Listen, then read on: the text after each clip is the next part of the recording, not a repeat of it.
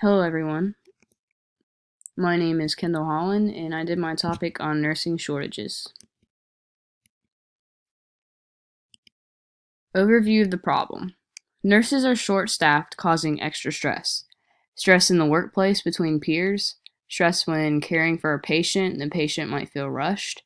When you have a million things going on and you're hearing other call bells go off, it's probably going to affect how you engage with your patient. Which leads to nurse burnout.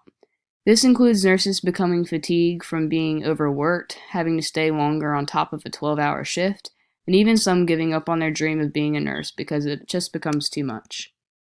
Lastly, patient safety is at risk. Because these nurses are tired, they can mix up medications, they could give someone a wrong medication, or even a patient could be more at risk for falling because they haven't gotten any help in a while.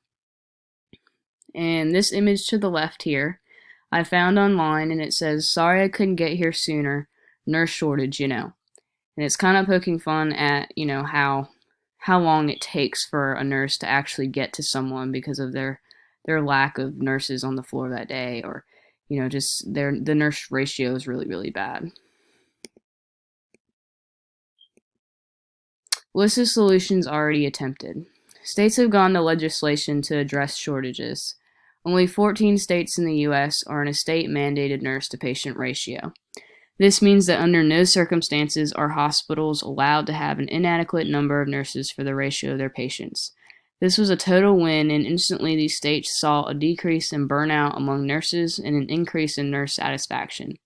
Since only 14 states have this implemented, it still needs to be done in order for everyone to be happy. Nurse movement/strikes have occurred in New York City, and that's what this image to the right here is. 10,000 protesters were in New York City. They band together. They wanted, they wanted change to come out of this. And that sign right there, safe staffing ratios save lives, and that couldn't be more true. Also, these protesters, they got a groundbreaking contract that hired 1,500 new nurses, an additional $100 million to hire nurses for full-time positions.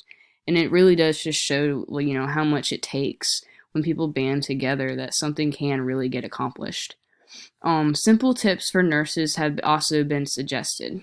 And this isn't to say, nurses are not already doing this, but, certain things, they're trying to say could be helpful, but some of these could include like prioritize assignments, organize their workload, um, recruit additional help. These can help, but it won't solve the overall concerns of education for rising students.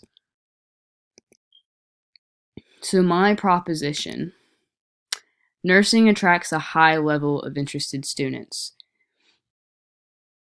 It has a strong projected job security and allows them to take part in meaningful work, but then these hopeful students send in their transcripts to either be waitlisted or turned away.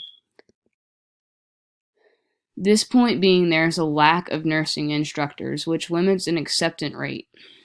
Some nurses see teaching as a downgrade and even a pay cut, so not everyone is jumping at the opportunity to be one, and that's where I have a solution.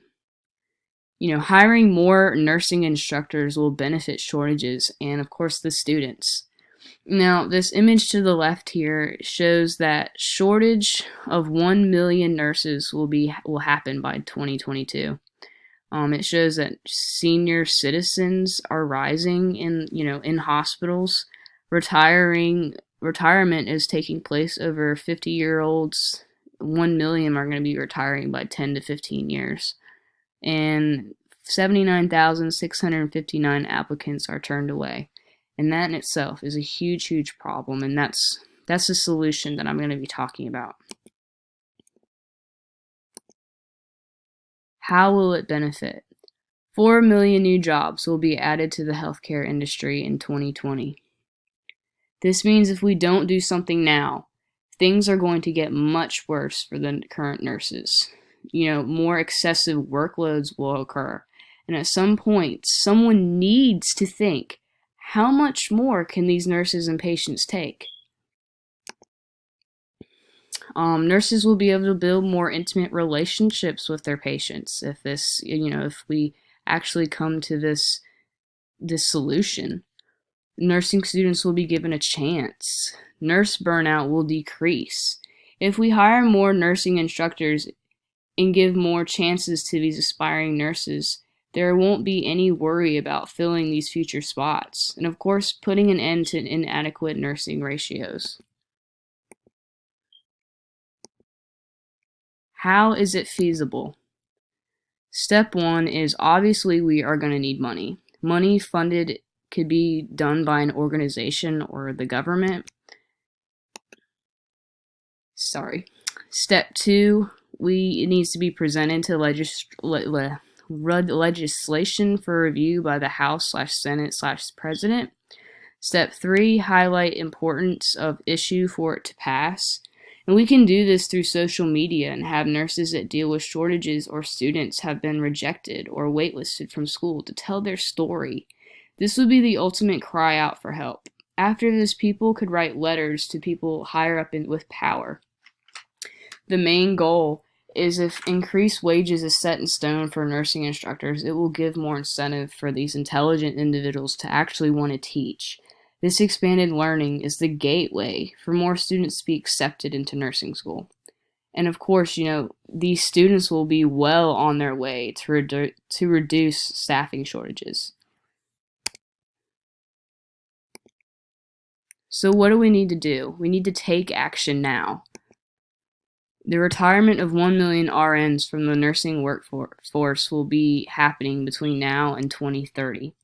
This is huge and groundbreaking, and goes to show how much help will be needed in the upcoming years. With people retiring, this means expertise in healthcare will be retiring with them. So it's time to make moves, because if we keep waiting, it's going to be too late. And as always, we need to finally take care of the ones that are consistently taking care of us. And these are my references. And thank you so much for watching.